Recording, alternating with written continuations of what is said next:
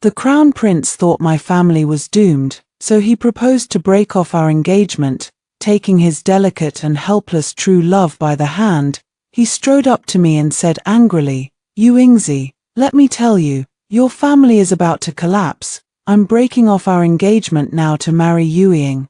The emperor publicly issued an imperial edict reprimanding my father, causing an uproar in the capital. Everyone thought the good days of my family were over. I sighed. Clutching the emperor's handwritten letter in my arms, the letter said, "My dear little Ingzi, Uncle Emperor was just putting on a show with your father.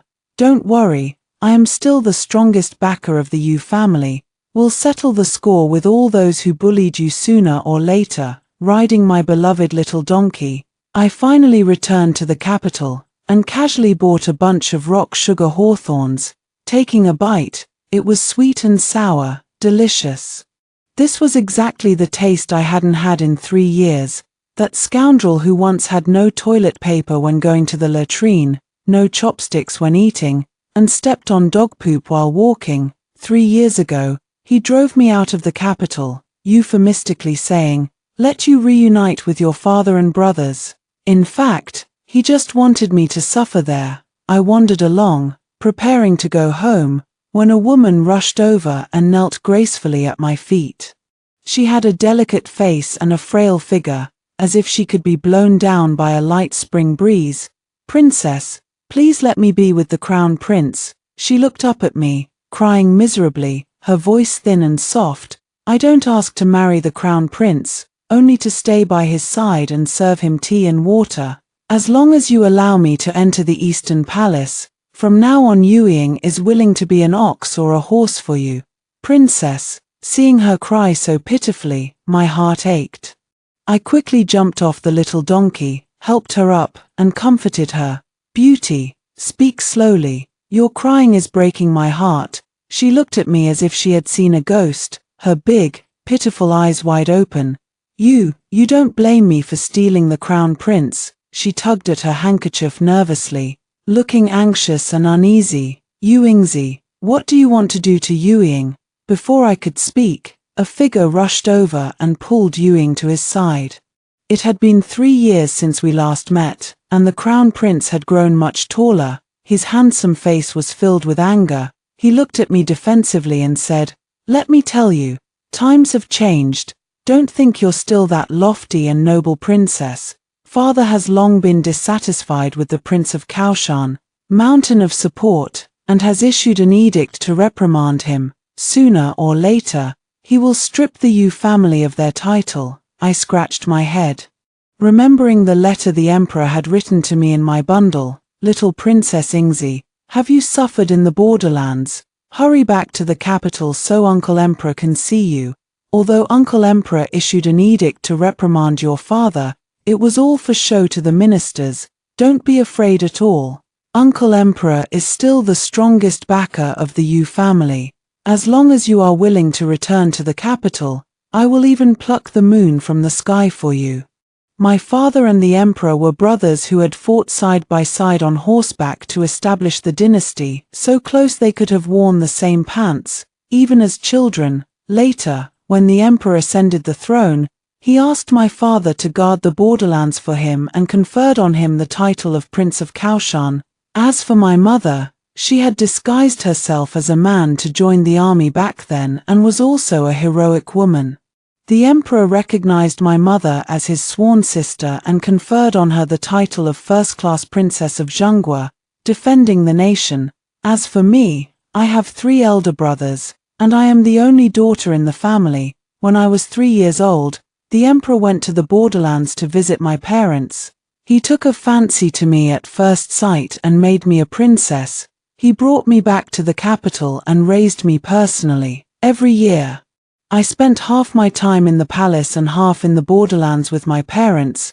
The emperor doted on me immensely. Whatever I wanted, I got. If I stamped my little feet, the city walls would tremble. It can be said that Yu Ingzi, the little tyrant, ran amok in the capital for more than 10 years.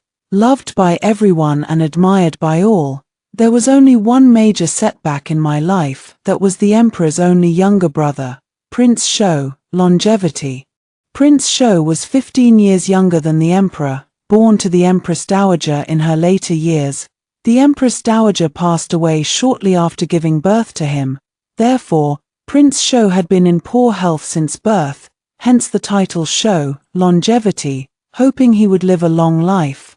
The emperor raised him like his own son, expecting him to live a long and healthy life.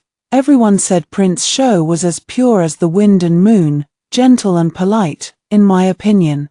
He's a beast, a villain. When I was 5 years old, I was chubby and cute. Seeing that he was somewhat good-looking, I wanted to hug him.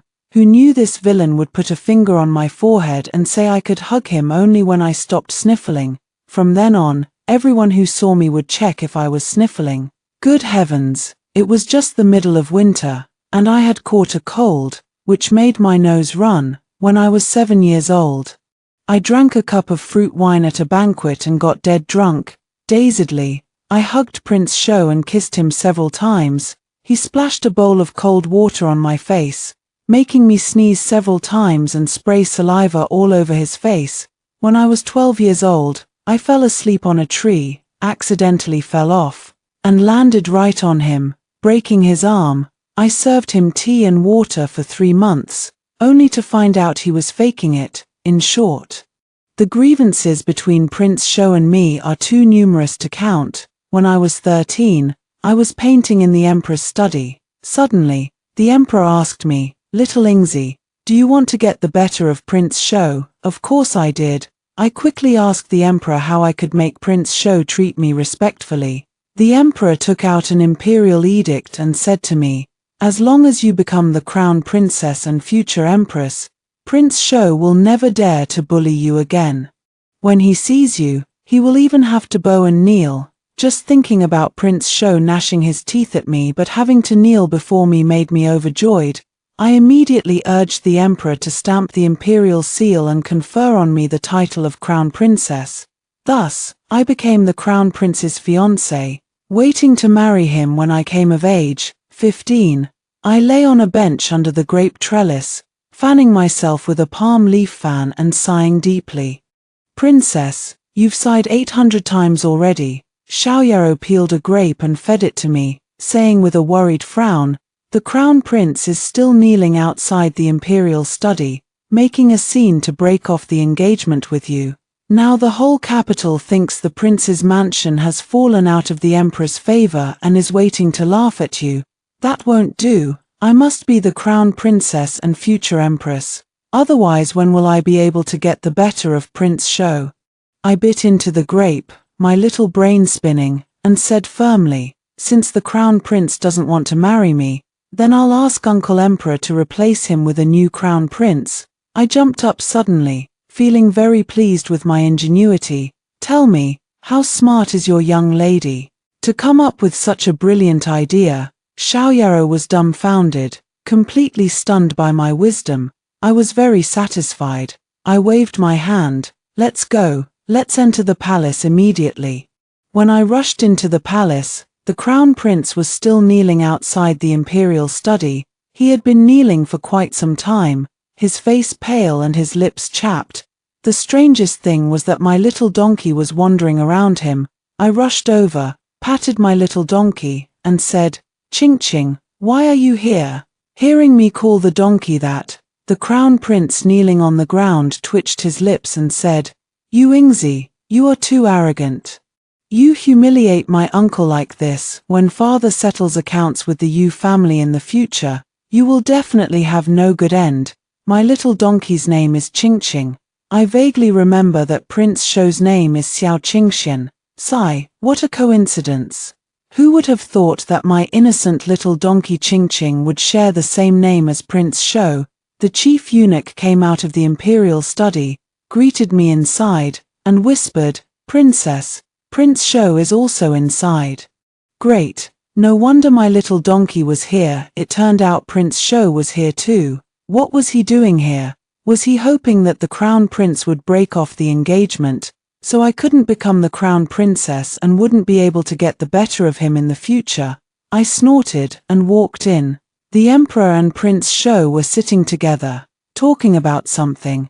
As soon as a little yellow dog saw me, it ran over and rolled around at my feet. Its big black eyes were very cute. I immediately picked it up and asked happily, "Uncle Emperor, where did this little dog come from? It's so cute. This little dog was given to you by this prince." Prince Sho held a cup of tea, looked at me for a moment, and smiled softly. "I'm glad the princess likes it." I had a bad feeling. I had just given Prince Sho a little donkey named Ching Ching, and he immediately gave me a little dog in return. I frowned and asked, "What's the little dog's name?" The smile on Prince Sho's face slowly widened, and he said in a gentle voice, "Ying Ying." When it was a month old, it always whimpered, "Ying Ying." So I gave it this name, Ying Ying. Who didn't know that my nickname was Ying Ying?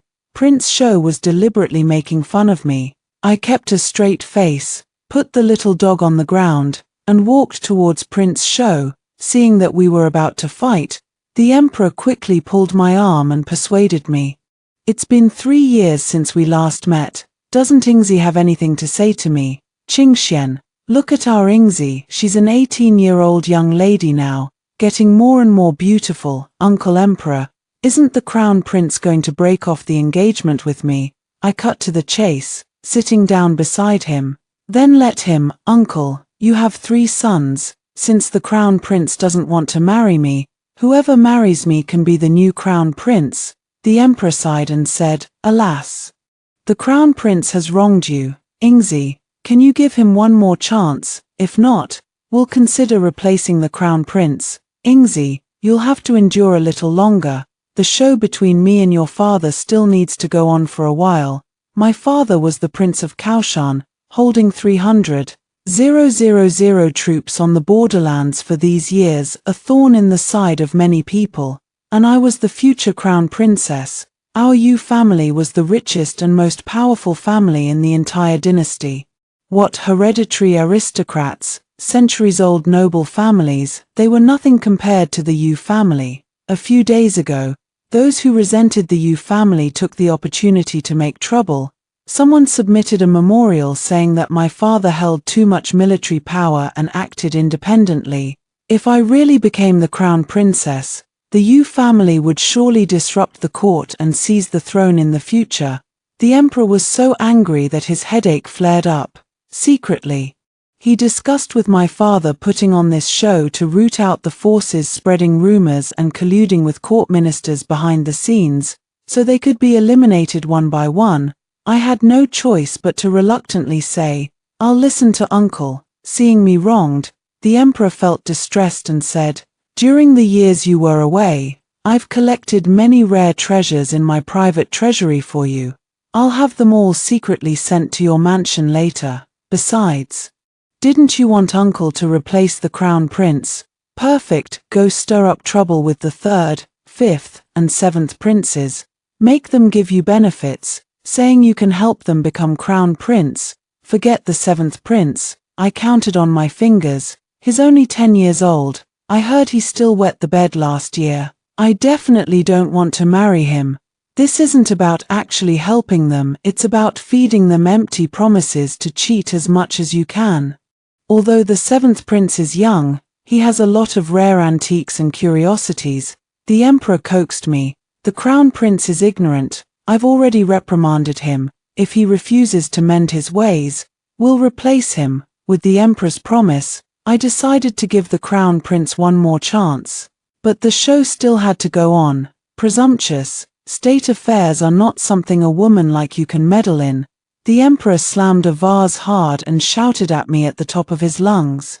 I whimpered and cried, leaning all my weight on Prince Sho. Reluctantly, he helped me walk out, joining the act. "Princess, stop crying." I took the opportunity to wipe my tears on his sleeve, pressing close to him tightly. I felt Prince Sho's body stiffen slightly. Ha ha ha, this cleanliness freak got him good this time.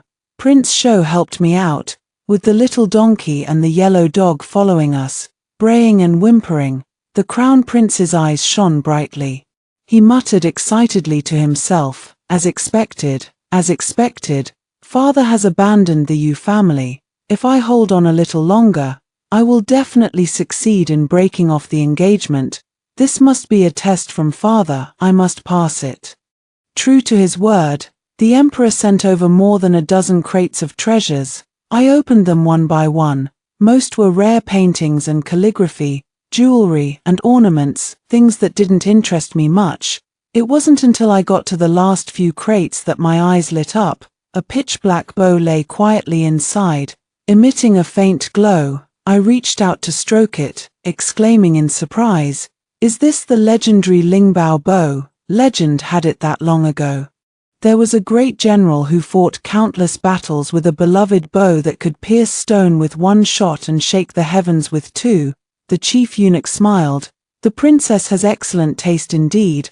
I was overjoyed when I heard Xiaoyao gasp, "Princess, isn't this the willow sword you've always wanted?" I looked over to see a sword as thin as a willow branch in a brocade box. This sword could be wrapped around the waist, slicing through hair and iron like butter. There were even more fun things behind. A lantern from the Lantern Festival, a painting that depicted the entire capital's lantern scene. When lit, the pavilions on it rotated, and one could even see flying immortals. There were also clay sculptures of the 12 flower gods from the Flower Festival, lifelike and extremely beautiful. A dragon boat race scene from the Dragon Boat Festival, exquisitely carved, with tiny zongzi hanging by the boat's side visible. As I looked at them, my heart felt as if it were blooming, floating with joy. Many of these things were what I had wanted before. There were also items from various festivals, recording the excitement of the capital over the past 3 years. "Uncle Emperor is so thoughtful to me," I immediately said to the chief eunuch. "Please thank Uncle for me on my behalf." The chief eunuch quickly replied, "This servant dares not. Another day, the princess should go thank him in person, all night." I surrounded myself with these interesting things, never tiring of them. I lay on the carpet, carefully examining the Lantern Festival lantern. "Xiaoyao, look, there's a couple in this lantern." I pointed it out to her. "They're holding a red thread in their hands." We were studying it when Changhe, a servant from Prince Shou's mansion, arrived, saying he had brought daily supplies for Yingying. Yingying was now 3 years old. She had played all day and was already sound asleep. I was in a good mood and didn't want to see anyone from Prince Shou's side, so I hugged the flower lantern and hid behind the screen. Changhe brought many things, explaining them to Xiaoyao one by one. "This is a small wooden ball, cloth rope, cotton blanket, all the puppy likes to play with. Our prince dotes on the puppy the most. We hope the princess will take good care of it. As for the little donkey, the princess can rest assured our prince is taking excellent care of it." "Our princess takes good care of the puppy too." Xiaoyao refused to back down. "Don't worry, I'll show you later. Let's see who raises it better." Changhe glanced around the hall. "Wow, the emperor gave so many things. Is the princess happy?" "Of course she is." Xiaoyao urged Changhe to leave, pushing him out. "Go, go. I need to attend to the princess." Changhe craned his neck and said, "Xiaoyao, you have no idea. During the 3 years the princess was away, our prince missed her so much. A few days ago, the robe the prince wore to the palace got stained with the princess's tears, and he folded it neatly and wouldn't let anyone wash it." I raised an eyebrow. "Oh, so Prince Shou had been thinking about the day I tricked him, planning to set a trap for me sooner or later. Well, too bad Changhe had let it slip, exposing everything." 3 days later was the 6th princess's birthday banquet. I went to the princess mansion with my good friend Miao Miao. Miao Miao was the daughter of the imperial astronomer, an old charlatan. She had been brought back from Miaojiang by him when she was 7. She had blue eyes and an extremely charming and beautiful appearance. When she first returned to the capital, she couldn't even speak Chinese. At the age of 10, she was tricked by the 6th princess and others into falling into a lotus pond. When I saw it, I grabbed the 6th princess by the neck, kicked her into the pond, and forced her to fish Miao Miao out. I whispered to her about Prince Shou's plan to frame me, discussing countermeasures in advance. Full of confidence, Miao Miao took out a pair of GU worms and said, These are mother-son GU worms I refined last year. Give the son worm to Prince Sho to eat, and swallow the mother worm yourself. From now on, he will obey your every command. I opened it to see 2 black bean-sized GU worms. Can I trust you? I hesitated. I still remembered a few years ago when Meow Meow asked me to test a GU worm for her, saying it would make me as strong as an ox. Instead, I became so weak I couldn't even lift a teacup. Meow Meow puffed out her chest and said, "Absolutely no problem. Trust me this time. Good sisters are there to stand by each other." I decided to trust Meow Meow again and swallowed the mother worm. Just as I got out of the carriage, I met Prince Sho. It was raining outside, and he held a large sky blue umbrella. Prince Sho was simply dressed today, in a moon-white robe with a jade hairpin. The drizzle drifted down, and the breeze blew. He looked like an otherworldly immortal of pure elegance who had accidentally strayed into the hustle and bustle. When the noble ladies of the capital got off their carriages, they all secretly glanced at him but dared not approach, mainly because Prince Sho had many eccentricities. Anyone talking to him had to stand 5 steps away. Prince Sho was usually very gentle-tempered, but if someone displeased him, he would ignore them completely from then on. So no matter how much these noble ladies admired him, they didn't dare to rush to get close. But I had no such scruples, after all. When I was 10, I climbed onto the roof of Prince Sho's mansion, wanting to release bugs to scare him. In the end, I stepped on a tile, fell through, and landed right in Prince Sho's bathing tub. I'd already seen everything. Did it matter how close I stood to him? I jumped off the carriage, rushed over, and stood next to him with a bright smile. "Your Highness, I forgot my umbrella.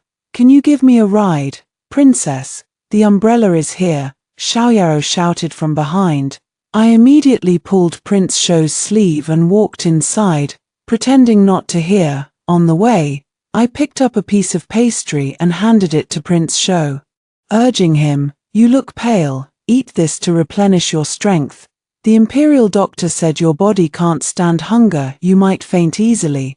Prince Sho looked disgusted. I lowered my voice and threatened him, "Eat it quickly. It won't look good if I have to force-feed you in front of everyone." He cared a lot about his image. Instead of lifting his hand, he leaned down and ate the pastry from my hand. I suppressed the urge to laugh out loud. "You villain, Prince Sho, from now on, you'll never escape my grasp." Meow Meow said the mother-son GU would take half an hour to take effect. So I asked Xiaoyao to keep an eye on Prince Sho to see what magical effects it would have. I found a quiet place to sit, playing with the jade pendant around my waist. As the time approached, a small red dot appeared on my wrist. Suddenly, a surge of anger burned in my heart. I was so angry that I felt like smoke was coming out of my ears. It was like the cabbage I had raised had been eaten by a pig. I was dumbfounded. Could this mother-son GU actually change my emotions for no reason? I instinctively stood up to go check on Prince Sho, but my arm suddenly felt a sharp pain, as if cut by a knife. Meow Meow. This didn't feel like mother-son GU at all. Lost in thought, a maid suddenly bumped into me, spilling a jar of pomegranate juice all over my dress. The maid was so scared she knelt on the ground, begging for forgiveness repeatedly. On this sweltering summer day, the sticky juice clinging to my body was extremely uncomfortable, especially with the strange emotion filling my heart, making me even more irritable. I rolled up my sleeve and checked. There was no wound on my arm, so why did it hurt so much? The 6th princess rushed over, kicking the maid to the ground angrily. "What audacity! How dare you treat my honored guest with such disrespect? Do you know who this is? The famous Princess Shengchang, the future crown princess." "Princess, crown princess." The 6th princess's lackey stepped forward, sneering. "The news that the emperor reprimanded her in the imperial study has long spread. The crown prince has another beloved. I think Yu Ying's good days are over." "That's right. Come, Yu Ying, come here." Another person pushed Yu Ying forward, snickering. "Yu Yingzi, look, the crown prince abandoned you, a princess. For the illegitimate daughter of a fifth-rank official, you're such a disgrace. I calmed the inexplicable anger in my heart and finally understood the sixth princess had deliberately invited me to humiliate me. I'd wondered why the sixth princess, who'd always avoided me like the plague, had dared to invite me to her birthday banquet. So it was a feast of suspicion, Hongmen banquet. Yueying looked gentle and delicate. Today, she was even wearing tribute Yanxia brocade, the same material as my dress. For the illegitimate daughter of a fifth-rank official to wear such a large southern pearl in her hair, it was clear the crown prince doted on her immensely. Yueying, why aren't you speaking when you see the princess? The sixth princess pushed her lightly. The princess's dress is soiled. Take her to the lotus pond over there to clean it. Will you? Yueying bit her lower lip gently, tears glistening in her beautiful eyes as she looked at me and said, Princess, please come with me. Oh my, not only did the crown prince like her, I couldn't bear to refuse her either. I stood up, pretending to be weak and frightened. Sixth princess, even though the Yu family has fallen out of favor, you can't treat me like this. The sixth princess looked even more triumphant. She grabbed my arm and pushed me roughly. Her lackeys all looked arrogant, pointing their chins at me. I stood by the lake, grabbed the sixth princess's hair, and kicked her hard into the water. Ah, Yu Yingzi, how dare you treat the sixth princess like this? The daughter of the Minister of Rights screamed. Someone, quick, someone. The daughter of the Minister of Revenue shouted from the side. In an instant, chaos erupted. I raised my hand and roared, someone. Don't let a single one escape, push them all in. I sat down on a large stone nearby and gave the order. The private soldiers of the Yu family rushed in, pushing all these noble ladies into the water. The lotus pond wasn't deep, only reaching their waists. The 5 noble ladies flailed around in the water, their faces pale and their makeup smudged in embarrassment. I slowly cracked sunflower seeds, smiling and saying, Sixth princess, it's hot. Enjoy the cool water, princess. Before Yueying could finish speaking, tears rolled down her cheeks. She lifted her skirt, preparing to step into the lotus pond voluntarily. I reached out to stop her, feigning concern. You look so frail. Don't go in. Stay here with me and eat some preserved fruits. Upon hearing this, Yueying cried even harder. She slipped and fell, dragging me into the lotus pond with her. Terrified, she trembled violently and clung tightly to my neck. Don't be afraid, the pond isn't deep. I quickly hugged her. Yu Yingzi, you vicious woman. The crown prince rushed over like a whirlwind, standing on the shore and shouting insults. How dare you bully Yueying like this? I will punish you severely today. Seeing the crown prince made me want to curse him for having the brain of a pig despite his handsome face. But then again, with such a stupid brain, it would be cruel of heaven not to give him a pretty face. I'd planned to climb out of the water myself. But I twisted my ankle when I tried to pull Yueying up earlier, so I had to stand there. Yueying cried and explained, No, Your Highness, it's not what you think. The crown prince sent a maid to pull Yueying out of the water, then hugged her tenderly. You're too kind, don't explain. To my surprise, Yueying pushed him away, stood aside, shook her head vigorously, and said firmly, I pulled the princess into the water. Brother Crown Prince, save me. When the sixth princess saw her savior, she thrashed around in the water and cried loudly, Yu Yingzi tried to murder us. Brother Crown Prince, avenge us. The Crown Prince immediately shouted, What are you all standing around for? Hurry and save the princess. I'd like to see who dares. I shouted coldly, I'd like to see who dares. Another voice echoed mine. Prince Shou walked toward the water on the pebbles by the shore. Step by step, he waded through the lotus flowers, took my arm, lifted me up, and carried me to the shore. Where's your courage to bully me? Prince Shou whispered, scolding me softly. If you can't get your revenge today, don't ever admit to knowing me. When he spoke, a sour, astringent feeling welled up in my heart. It was the same feeling I'd had when someone had secretly cursed Prince Sho to die young and I'd rushed out to beat that person to a pulp. Something was wrong, very wrong. I had to find Meow Meow immediately and ask her what kind of mother-son GU this was. I muttered, I didn't lose. Since we were children, I'd bullied Prince Sho, and he'd played tricks on me, but neither of us had ever allowed others to bully the other. That was our unspoken understanding, just like how Prince Sho had known my ankle was swollen like a pig's trotter without me saying a word and had come to fish me out of the water. Uncle Huang always favors you Yingzi unfairly, the sixth princess cried, still standing in the water. She pushed us in. Why do we have to stand here and suffer? You know exactly what you did. Prince Sho took a cloak and draped it over me, his expression extremely cold. Someone, bring Wang Anwen here. Wang Anwen was the sixth princess's cousin. What had he done? Wang Anwen was dragged over by two imperial guards, knelt on the ground, trembling violently. He kowtowed repeatedly, shouting, "Sixth princess, save me. It was you who ordered me to rape you Yingzi. Prince Sho, please investigate clearly." Shut up. The crown prince's face turned pale. He kicked Wang Anwen to the ground, pressed a knife to his neck, and roared angrily, "How dare you frame the princess like this?" I watched from the side, suddenly wanting to laugh. I was the crown prince's fiancée, the future crown princess.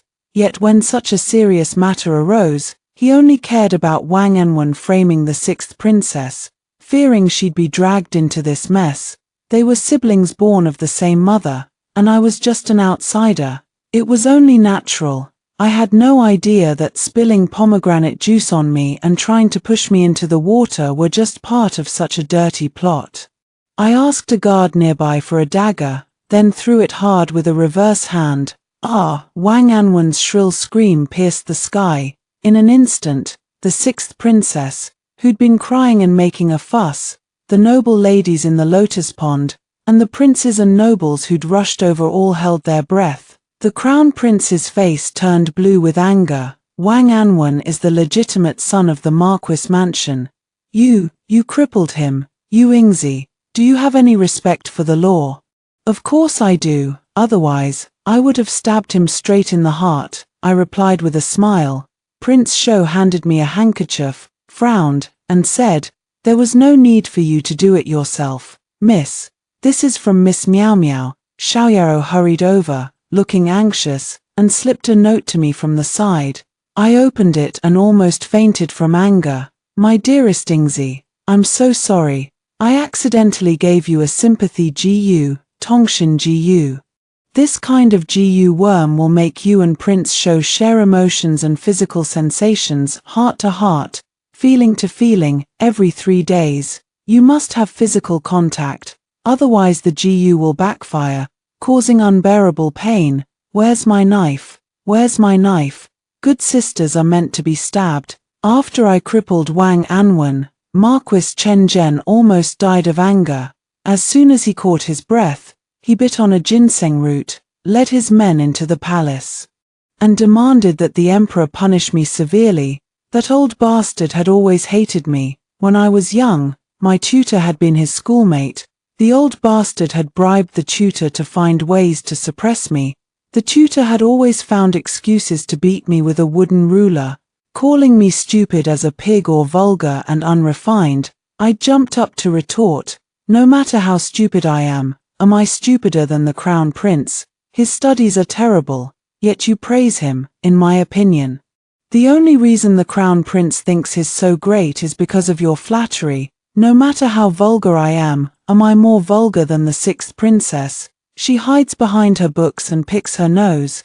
These words had made that bearded tutor so angry that he chased me around the courtyard with his ruler.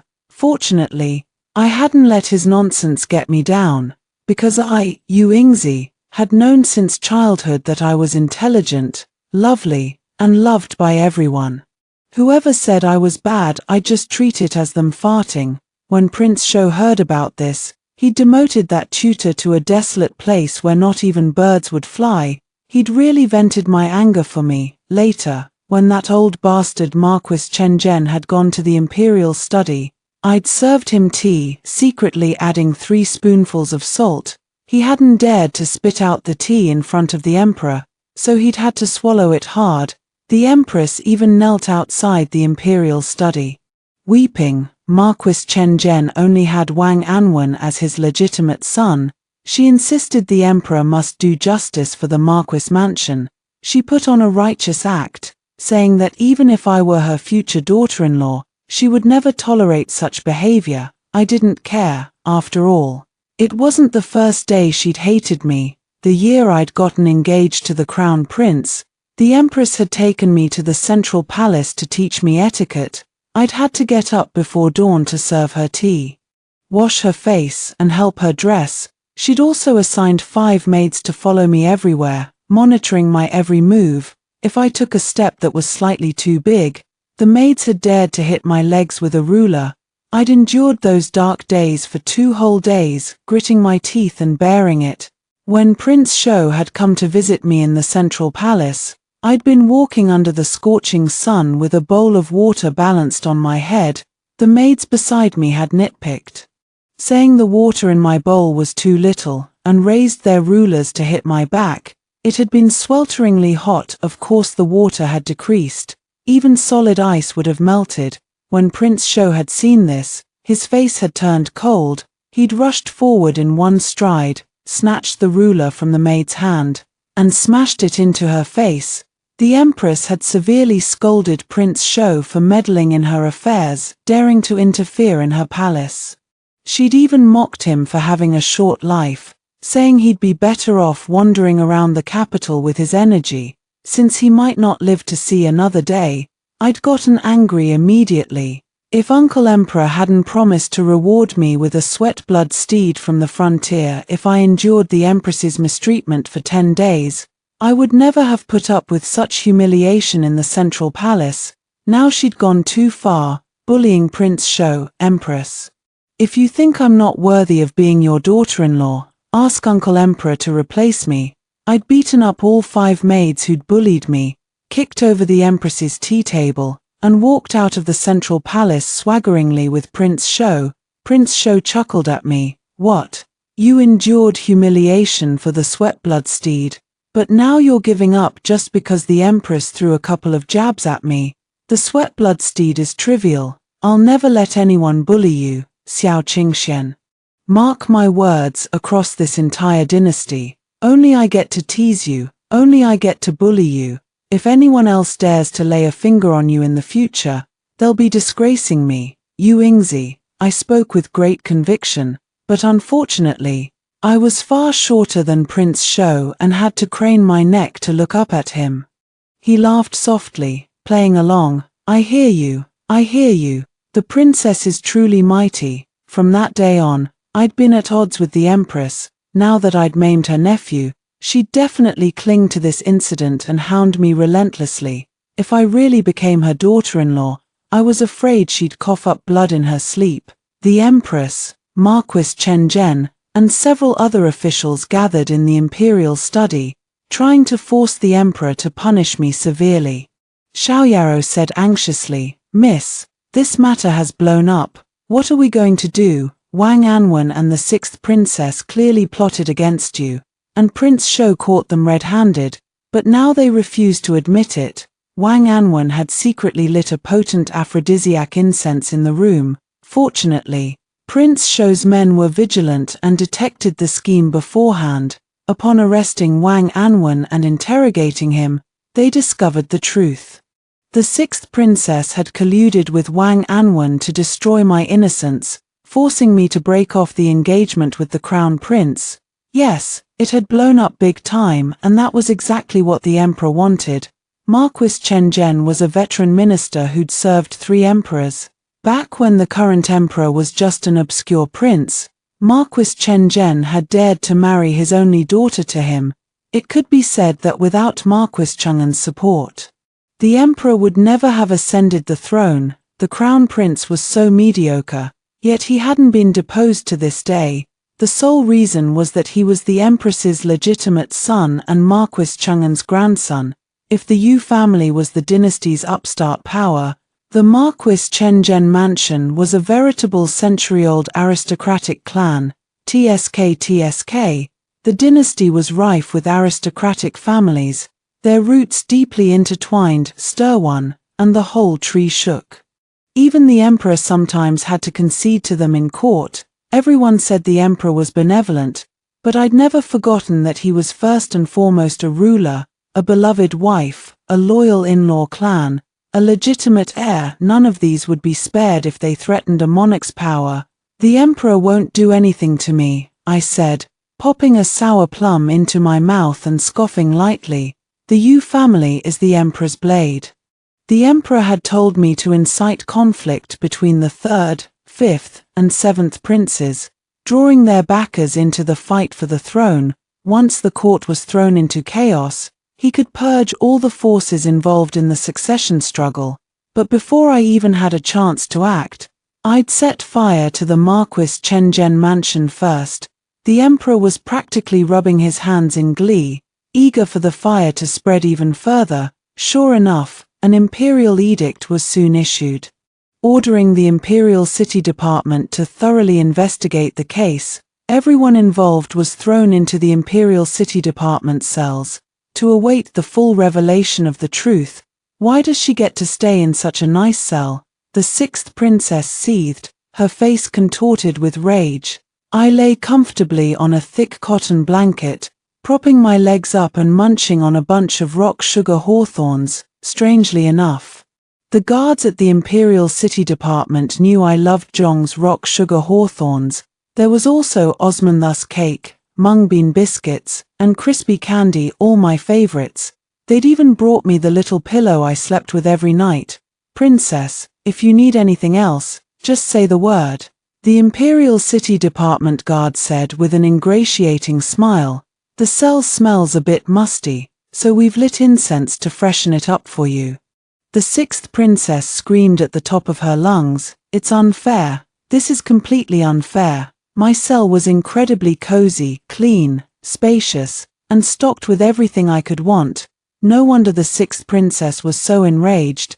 Just look at her cell, a tattered mat, a straw cushion, and cockroaches scurrying everywhere. She'd entered the prison looking glamorous, but after just 2 days, she looked as haggard and disheveled as a starving beggar. Wang Anwen was locked in the next cell over, his wounds still not fully healed, whimpering in pain. As he groaned, he hurled curses at me. You Yingzi, how dare you cripple me? My aunt and father will never let you get away with this. Once the crown prince breaks off your engagement, I'll ravage you until you beg for death. I flicked a sour plum right at his wound. Wang Anwen let out a shriek of agony and passed out on the spot. The 6th princess collapsed onto the floor and wailed hysterically. You Yingzi, you're going too far. My mother will avenge me. On the day you're stripped of your title, I'll have you torn limb from limb and fed to the fish in the moat. The more she ranted, the harder she cried, alternately screaming for her mother and her brother. Her shrieks were so grating that I stuffed cotton balls in my ears. The Empress was supposed to be a woman of great courage and wisdom. How on earth had she given birth to 2 such idiotic children? Cry, cry, cry, what a waste of tears. She thought she could have me torn apart. By the time we got out of here, the Emperor would probably have deposed the Crown Prince. Word had it that the Empress had turned as pale as a sheet when the Emperor ordered us locked up in the Imperial City Department. Marquis Chen had even tried to back down, suggesting that the matter be dropped, but they wanted to sweep it under the rug. The Emperor would never allow it. Once they'd stepped into the Imperial City Department cells, the Emperor could dig up as much dirt as he pleased. Sigh, if the Crown Prince was deposed, who should I marry instead? The 3rd and 5th princes were equally matched. As for the 7th prince, the bedwetting little rascal, he was out of the question. The 3rd prince and I had always gotten along well. He'd helped me copy my homework since we were kids. The 5th prince was a bit shy. He blushed like a tomato every time he saw me, and everyone said he was in love with me. Tough choice, truly a tough choice. I rolled up my sleeve and stared at the little red mole on my wrist, feeling an inexplicable surge of restlessness. What was bothering Prince Sho right now? What was making him feel down? My arm still ached. I'd heard that Wang Anwen had stabbed Prince Sho's arm with a dagger during his struggle the previous day. Sharing joys and pains, this was what the sympathy Gu truly meant. His troubles became mine, his pain became mine. It was just like being in love. No wonder it was called the sympathy Gu. Meow Meow had warned me if I didn't get close to Prince Sho by the third day, the Gu would backfire, and the pain would be unbearable. Sigh. I could only hope that she'd come to the prison tomorrow with a cure. I could touch any man in this dynasty except Prince Sho, as soon as midnight struck. Searing pain coursed through every inch of my body. I lay quietly on the bed, struggling to reach for a sour plum and pop it into my mouth. Hang in there, I told myself. Meow Meow said I just had to endure it for a quarter of an hour, and the worst would be over. The pain was so excruciating that I almost passed out. I couldn't even taste the sour plum in my mouth. A cool presence drew near, and my blood seemed to boil in my veins. A maddening restlessness spread through me like wildfire, consuming me from within. My eyes were closed, but I would recognize his scent anywhere. I bit my lip so hard that it drew blood, fighting to resist the urge to cling to him. Leave, I gasped, and let you die of pain in here alone. He brushed a hand gently across my cheek, his voice tinged with sorrow. 3 years ago, the old charlatan planted a Gu king inside me. This sympathy Gu can't harm me. If Meow Meow hadn't come to me, I'd never have known you were suffering like this in this cell. Ying, I've regretted sending you away to the borderlands ever since you left 3 years ago. Thankfully, it's not too late. His fingertips were always cool, even on this sweltering summer night. I leaned into his palm involuntarily, craving that fleeting touch of coolness. It's better for me to die than to drag the entire Yu family down with me, I said, pushing him away and sobbing. Xiao Qingxian, leave. If the emperor finds out about this, we'll both be executed. I was born to be the crown princess, destined to become the future empress. Otherwise, when the new emperor ascended the throne, the Yu family's illustrious achievements and immense power would make us a threat, and we would be purged without mercy. My father and the emperor were sworn brothers. The emperor trusted him implicitly, bestowing upon the Yu family boundless wealth and military power over the borderlands. But all of this would become a thorn in the side of the next ruler, a bone stuck in his throat. If I were to be with Prince Sho, the combination of imperial power and military power would force the emperor to eliminate us to secure his throne. I knew it was wrong, yet I couldn't help but open my eyes and look at him. Xiao Qingxian had come in a hurry, his robes disheveled, his demeanor as cold and elegant as ever. He gazed at me with eyes filled with helplessness, overflowing with tolerance and compromise. I heard Xiao Qingxian sigh. He covered my eyes with his sleeve and kissed me. At that moment, my heart felt like water, rippling endlessly outward. Every drop of water was filled with joy. Every bit of joy tasted like sour plums mixed with honey. Tears streamed down my face as I choked out the words, Xiao Qingxian, you liar. 3 years ago, Xiao Qingxian had driven me out of the capital, sending me to the borderlands. He'd said, I've never liked you. I've always only seen you as a little sister. He'd also said, you've always wanted to go home, haven't you? Then go. And he'd added, by the time you come back, you'll have forgotten your silly crush on me. I'll be married with children by then. I couldn't even pinpoint when I'd fallen in love with Xiao Qingxian. By the time I'd realized it, my heart was already irrevocably his. It was just like the romance novels said, love knows no reason, yet it grows deeper with time. When I was 3 years old, I'd lived with my parents in the borderlands, showered with endless honor and favor. My father was the Prince of Kaoshan, my mother the first-class princess of Zhenghua, and I had 3 elder brothers. From the day I was born, I'd been the most powerful young lady in the 13 border cities. But then the emperor had visited the borderlands incognito and decided to take me back to the capital with him. My parents had put on a joyful front, saying that the emperor valued me greatly and intended to confer upon me the title of princess. They told me that going to the capital would bring me unparalleled glory and favor, but after I'd pretended to fall asleep, I'd clearly heard my mother weeping silently. She was such a strong woman, yet she'd cried in that moment. I'd known that going to the capital wasn't going to be the wonderful experience they'd made it out to be. I'd followed the emperor to the capital in a daze, moving into the cold, imposing imperial palace. The emperor was swamped with state affairs, so he'd entrusted me to the care of the empress. Apart from Xiaoyao, there was no one else I knew in this unfamiliar place. The sixth princess, born to the empress, had bullied me relentlessly every time I fought back. I'd be punished, either denied food or water, in front of the emperor.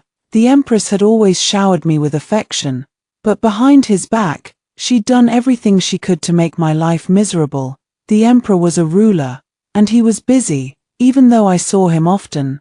I couldn't bother him with these trivial matters. All he wanted was for me to live happily in the palace and be a source of joy for him.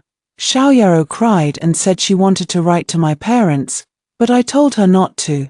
When I was 5 years old, I beat the sixth princess soundly. Serves her right for burning the little wooden horse my parents sent me and smashing the set of clay dolls my brother made for me. Who else was I supposed to hit? The empress locked me in a small room and didn't give me any food for 2 days. Starving, I climbed out the window under the cover of night. I left the central palace, got lost, and ran straight into Prince Shou's palace.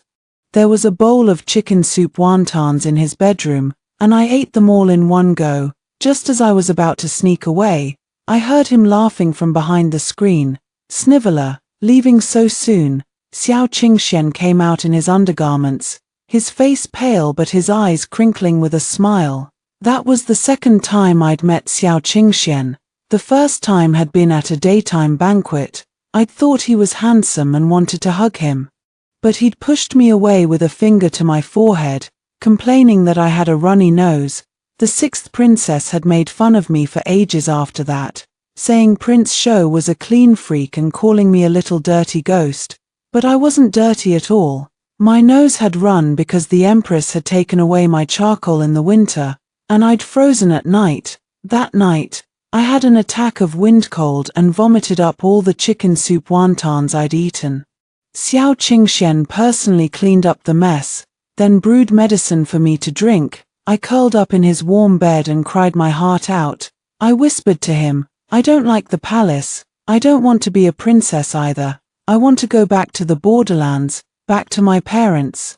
You have to grow up healthy and strong to go back safely, Xiao Qingxian said gently, stroking my hair. Little Ingzi, the empress only has a few tricks to torment people. Starving you, denying you water, locking you in the dark. She and noble consort Xian are bitter enemies. You can use their rivalry to your advantage. Tomorrow, go to noble consort Xian's palace and pretend to faint in front of her. She'll find a way to get back at the empress for you. I listened carefully, then asked curiously, how do you know the empress is like this? The empress had an impeccable reputation in the palace. Everyone praised her as a virtuous empress. No one would have believed she'd use such underhanded tactics against a child. Xiao Qingxian just smiled and didn't answer. Later, I found out that the empress had bullied Xiao Qingxian the same way. In the middle of the night, Xiao Qingxian sent me back to the small dark room. He told me, from now on, we have to put on a show in front of others, pretend we're mortal enemies. I told him, I understand. My father is the Prince of Kaoshan with military power. You're a prince. The late emperor's most favored son. Our relationship can't be good, otherwise the emperor will be angry. Xiao Qingxian stared at me for a long while, then hugged me softly. Go now, remember to go to noble consort Xian's palace tomorrow. From that night on, I threw myself into the act wholeheartedly. When Xiao Qingxian drank tea, I secretly added sugar to his cup. When Xiao Qingxian went to the imperial study to see the emperor, I spilled ink on his robe. In short, I made sure everyone in the palace knew I hated Xiao Qingxian. The emperor shook his head helplessly and said, "Ingzi, why do you always like to tease Prince Shou?" I huffed angrily, "I just don't like him. He hid my homework and made me stand as punishment, and he threw my preserved fruits into the grass. Is he allowed to bully me but I'm not allowed to tease him back? Uncle Emperor, you can't be so biased." The emperor laughed loudly, saying we were both just being childish. And let us carry on with our bickering. I was only 8 years old then, but I was already a master of acting. As time went by, Xiao Qingxian and I became each other's only comfort in the palace. On the surface, the emperor valued his only younger brother, but behind the scenes, he let the palace maids and eunuchs disrespect him. One winter, Xiao Qingxian fell seriously ill and couldn't get out of bed, but the imperial doctors dragged their feet, refusing to treat him. They claimed that Prince Shou had been ill for so long that medicine and diagnosis would be useless, he just needed to rest for a few days. But I knew the truth. Xiao Qingxian was almost 20 years old. Once he came of age, he would leave the palace to establish his own mansion. The emperor didn't want him to walk out of the palace alive and healthy. Changhe secretly came to me, saying Xiao Qingxian was dying. I rushed to his palace in the middle of the night. I saw him sitting on the bed, his face ashen with illness, but his eyes still as gentle as ever. "Why are you so sick?" I threw my arms around him and burst into tears. "Where are the imperial doctors? Why isn't anyone treating you?" Changhe wiped his tears and said, "The medicine His Highness usually takes is gone. The imperial hospital says they're missing a rare ingredient and can't replenish it anytime soon. Without that medicine, His Highness's health has been declining. He caught a cold a few days ago and hasn't been able to get up since, but he insisted on enduring it alone, forbidding this servant from coming to ask the princess for help. You shouldn't have come to me." Xiao Qingxian pushed me away and looked at me quietly. "Yingying, you're betrothed to the crown prince. In a few years, you'll marry him. Don't come to see me so late again. The palace is full of gossip. If word gets out, it will ruin your reputation." I wiped my tears fiercely and said through gritted teeth, "The emperor wants to use me to suppress the empress's faction. He wants me to be the crown princess, so I'll be it. He wants me to oppose the empress, to make the crown prince dislike me. I'll do all of it.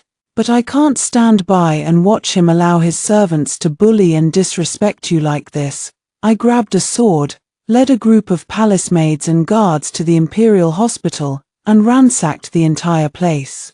The imperial doctors were so angry their beards trembled. They collectively reported me to the emperor.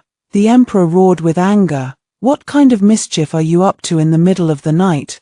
What did the imperial hospital do to you that you had to smash their medicine cabinets to pieces?" I knelt on the ground, holding my head high. I snuck into Prince Shou's palace at night, wanting to release bugs to scare him, but to my surprise, he was so sick he could barely speak.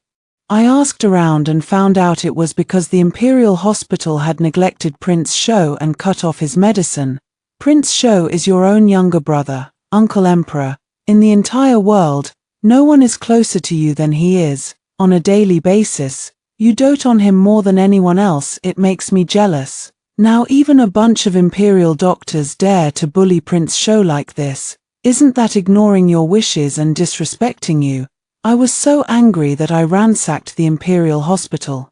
You are the son of heaven, the ruler of the world. How dare a bunch of servants bully your brother and disregard your favor? The emperor listened, stared at me for a long while, then waved his hand to let me stand up. He looked like he had a headache and said, "From now on, come to me when you have a problem.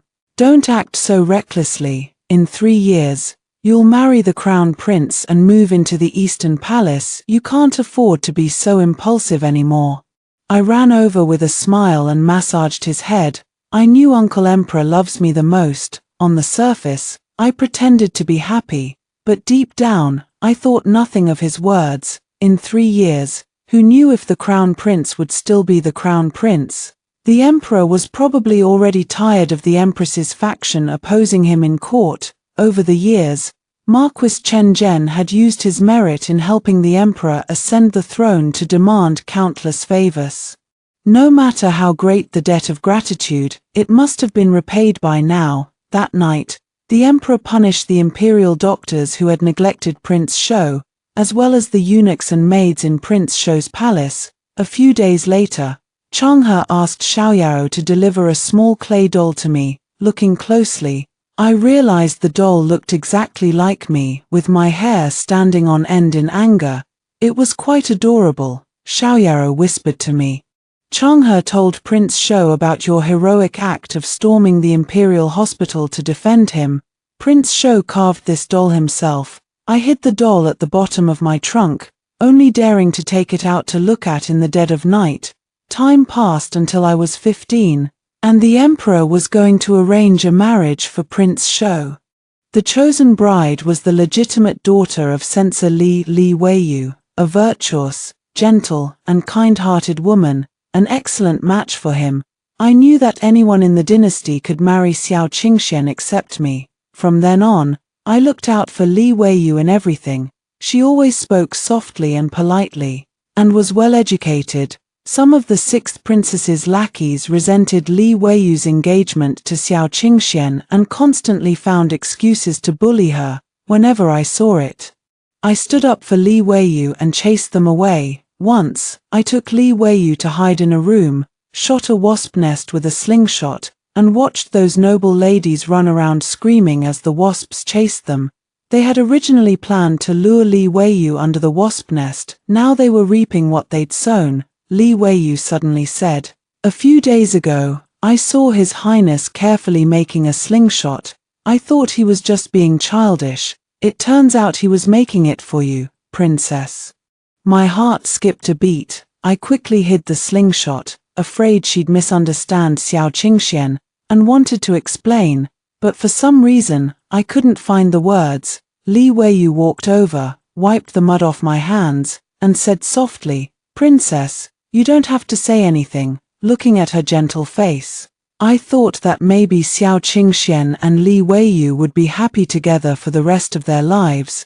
I had hoped to watch them get married, but things didn't go as planned. On my 15th birthday, something terrible happened. I was poisoned by a rare toxin, and my life hung in the balance. My parents rushed back from the borderlands day and night. When they saw me, I was already half dead. The emperor was furious and ordered an investigation, but after a while, the matter fizzled out. I knew the person who poisoned me was either the empress or noble consort Xian, but the emperor couldn't touch either of them.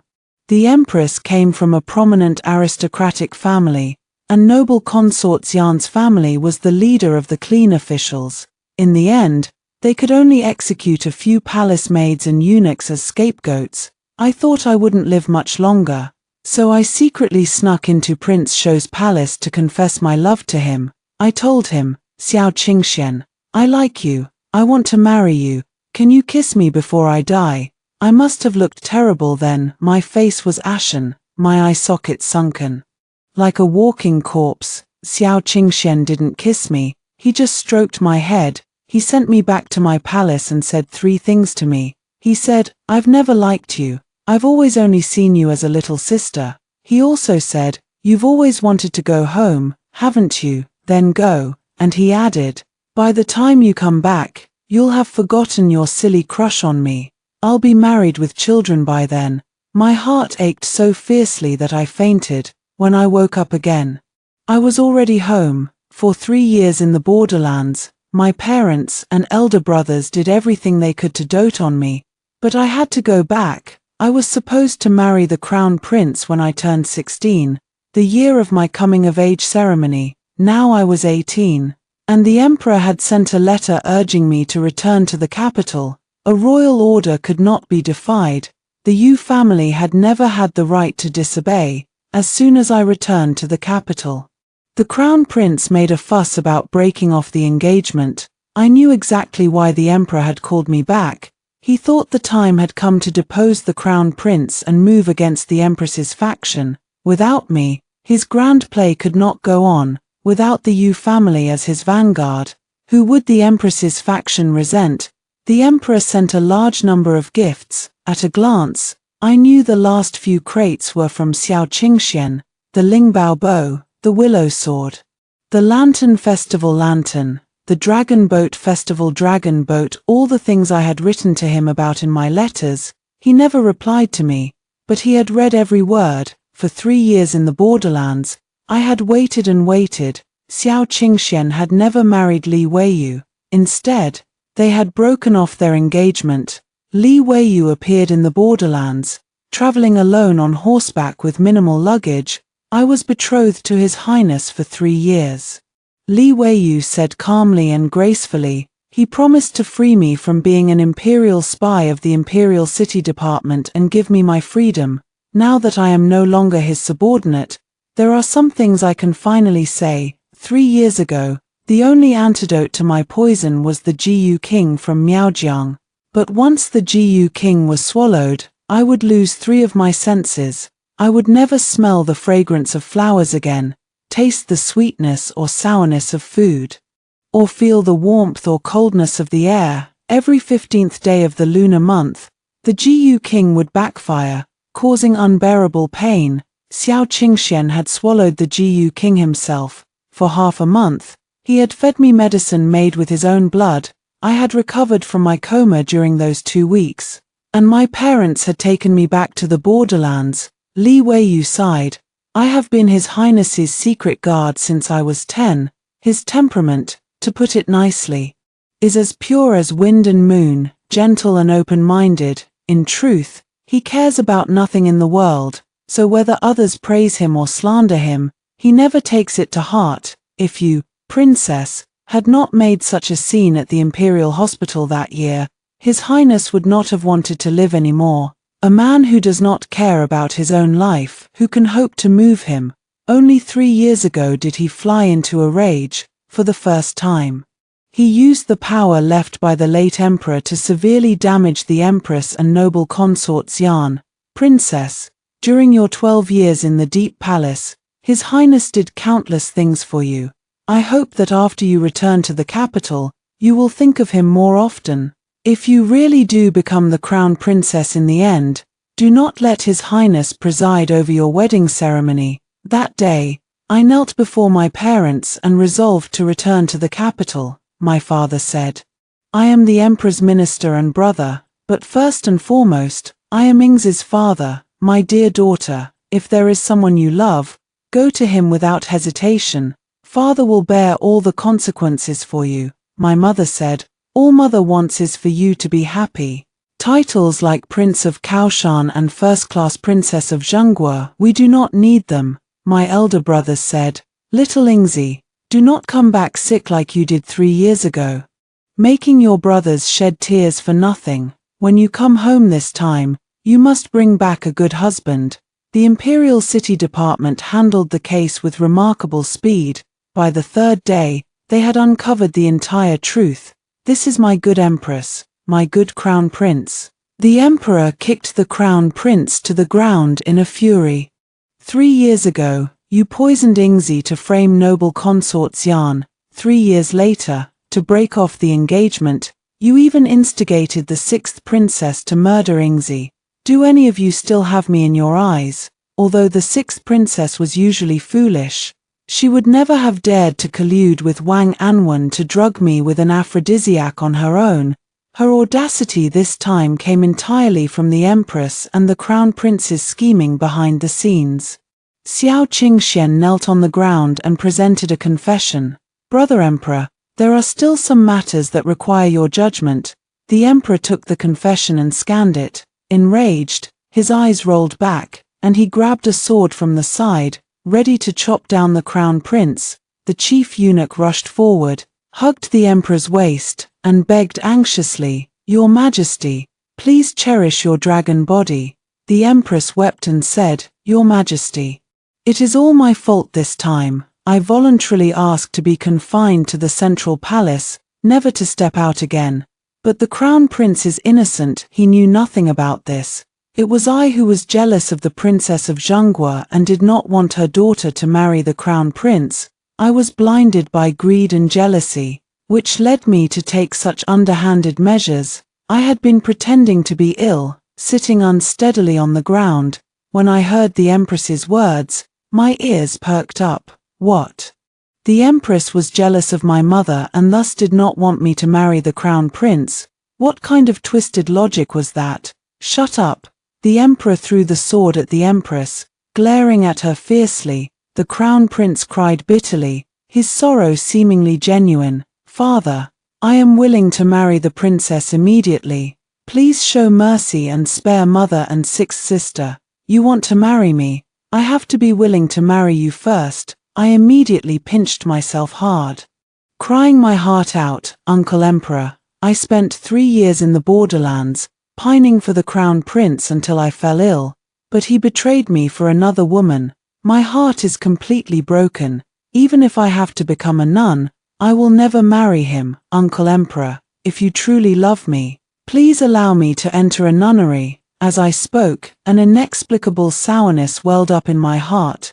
I glanced secretly at Xiao Qingxian, who was kneeling nearby. Some people appeared solemn on the surface, but in reality, they were already jealous. Empress, do not say I have treated the Marquis Chenzhen mansion unfairly. The Emperor handed the confession to the Empress, his voice tired. Trading official positions alone is enough to warrant the execution of 9 generations of your clan.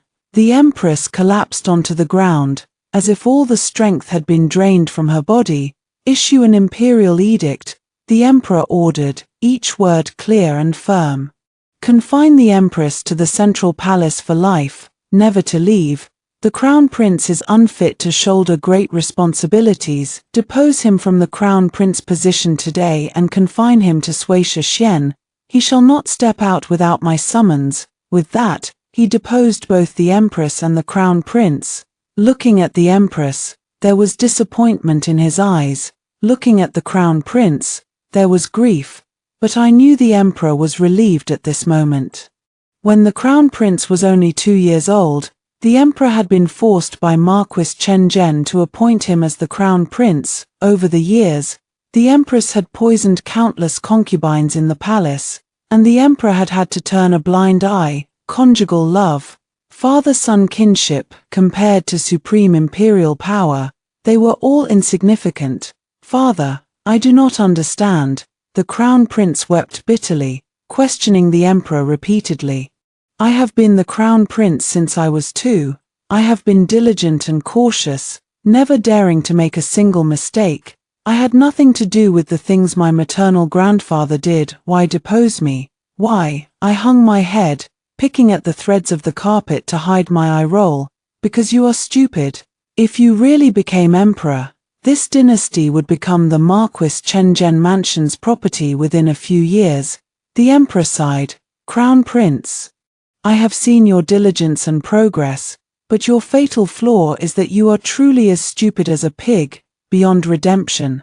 Someone, bring Yueying here. My ears pricked up. Oh, so Yueying had a part to play in this too. Yueying appeared in the imperial study.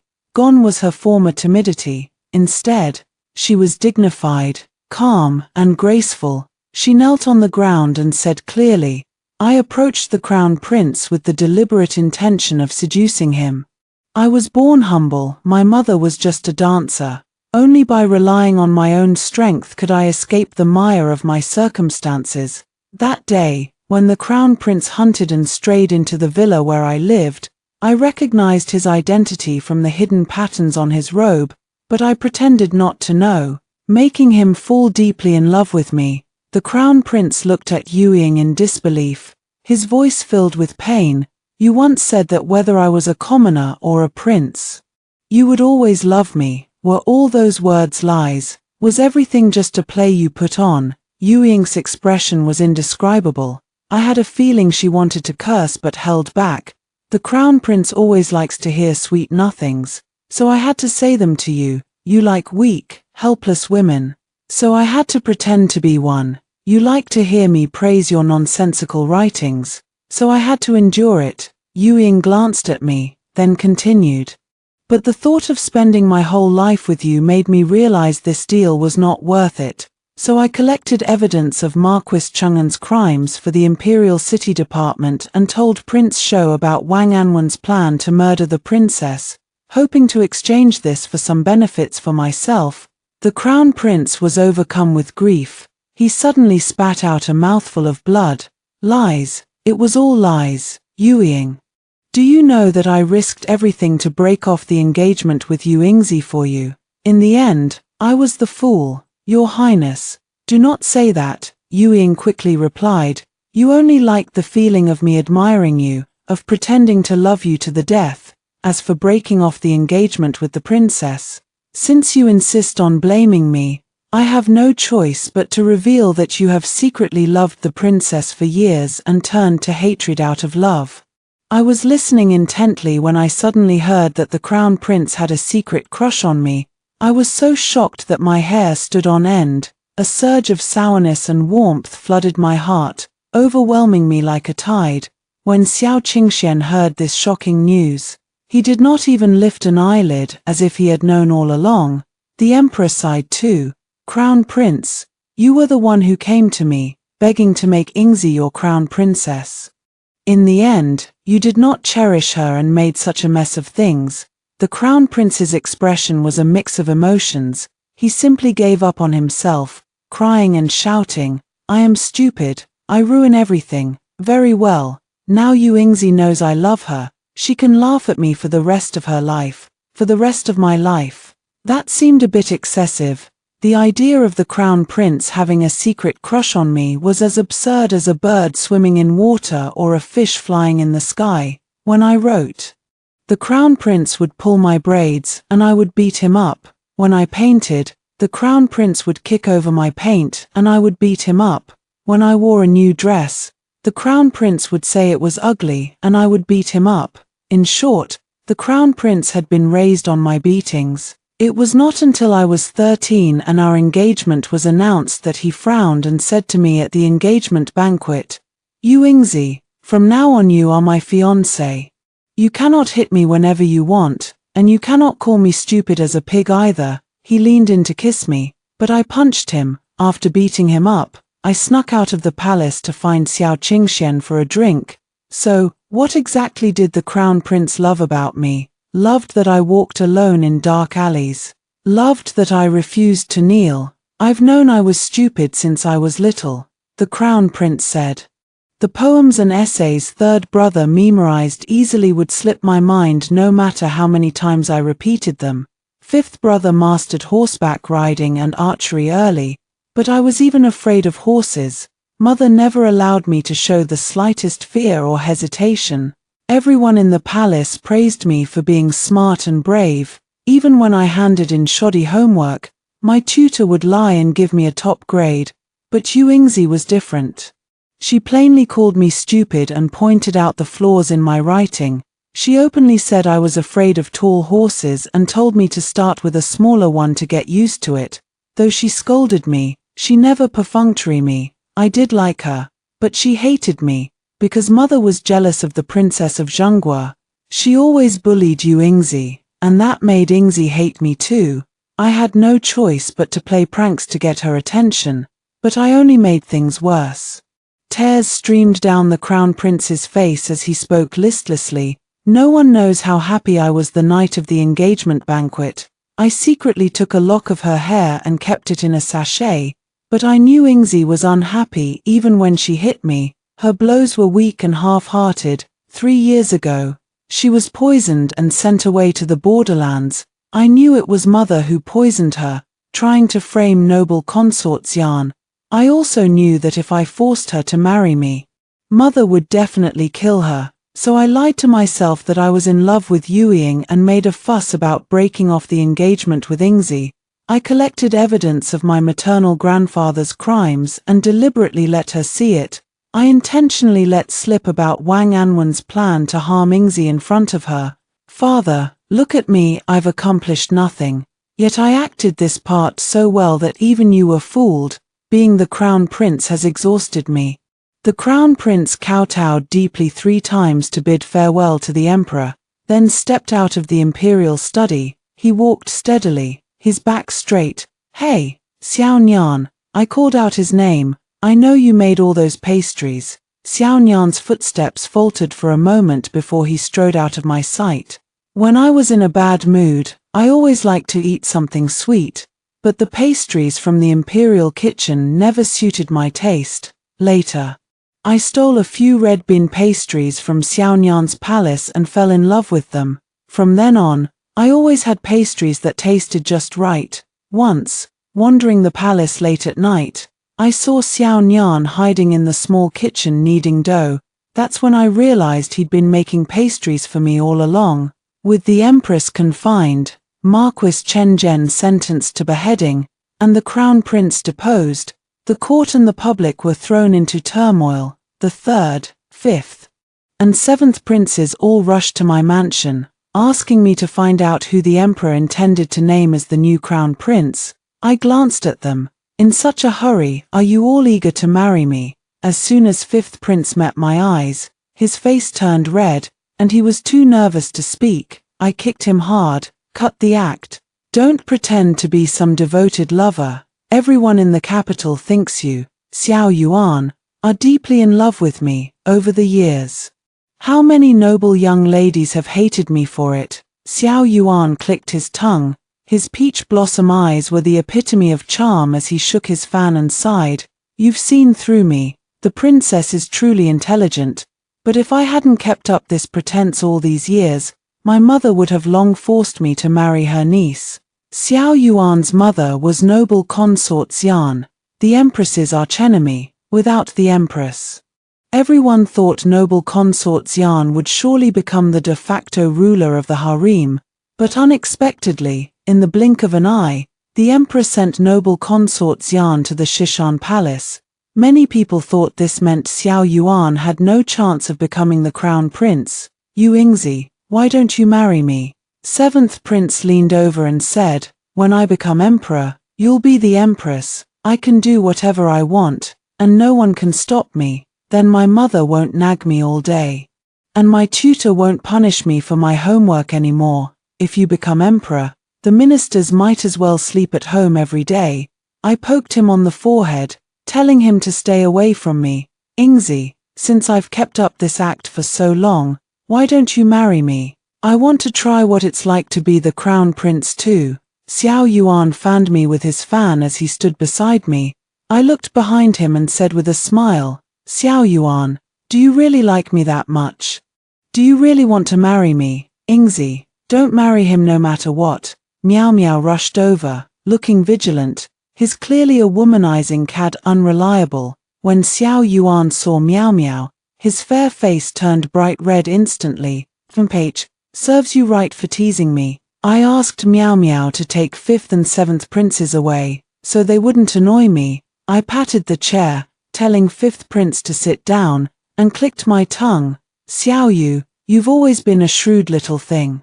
You never act without seeing the benefit, hiding the best snacks for last, sneaking off to play fun games alone. Since we were kids, you've done my homework, helped me climb walls to escape, and endured whatever it took to get me to protect you. What chips do you think you have to convince me?" Xiao Yu sat down on the chair, slowly pouring himself a cup of tea. "Well, I was given a bad name from birth. Xiao Yu, the redundant one. Back then, when the empress and noble consort Xian were fighting fiercely, father, wanting to escape the chaos, favored my mother, and that's how I was born. Both the empress and noble consort Xian thought I was unnecessary. If you hadn't entered the palace, I would have had a miserable life. The more I listened, the more vigilant I became. Xiao Yu always planned everything carefully before acting. The more he rambled on about irrelevant things, the more certain he must be of his plan. Sure enough, Xiao Yu looked at me, smiling warmly. "Everyone says I look and act the most like Uncle Huang. Yingzi, if you marry me, you can even treat me as a substitute. Since you love Uncle Huang but can't have him, use me to ease your longing. What do you think, would I make a good crown prince?" "Me, no." Crash, a wooden ball came flying, smashing the teacup in Xiao Yu's hand. Xiao Qingxian strode over, his expression as gentle as ever. His smile never faded as he said, "Who says Ingzi loves me but can't have me?" He reached out to stroke my hair, then casually took a Luban lock from his sleeve for me to play with. "How did you know I like Xiao Qingxian?" I asked Xiao Yu curiously. Xiao Yu hummed, "Because Uncle Huang likes you." What kind of logic was that? Xiao Yu added honestly, "Because Uncle Huang likes you,